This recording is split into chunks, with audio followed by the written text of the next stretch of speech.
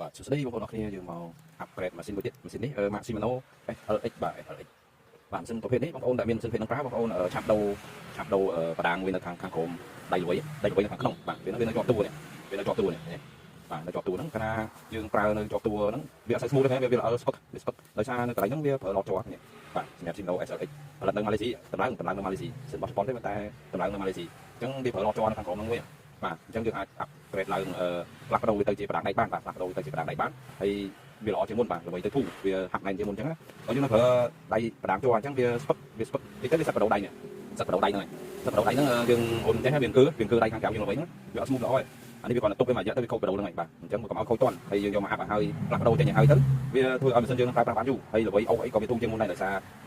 វាកម្លាំងកកិតវាប្រើជាបដាងវិញបើយើងប្រើជាជាប់អញ្ចឹងកម្លាំងកកិតវាតឹងបាទហើយតែមានចូលទឹកក៏មានស្មូទរេបន្តិចអញ្ចឹងបណ្ដាលឲ្យវាតឹងហើយរហ័សខូចដៃនេះបាទអញ្ចឹងកុំឲ្យខូចតាន់ឲ្យខូចតាន់យើងដូរតាហ្នឹងចេញទៅយើងប្រើប្រាស់បានទៀតហើយល្អបាទដូរម៉ាស៊ីនថ្លៃរបស់គេអញ្ចឹងបាទថ្លៃរបស់គេប្រើកន្លែងហ្នឹងដៃទេបាទអញ្ចឹងបងប្អូនធ្វើការអាចទាក់ទងបានតាមរយៈលេខទូរស័ព្ទនៅលើ profile អរគុណច្រើនបាយបាយ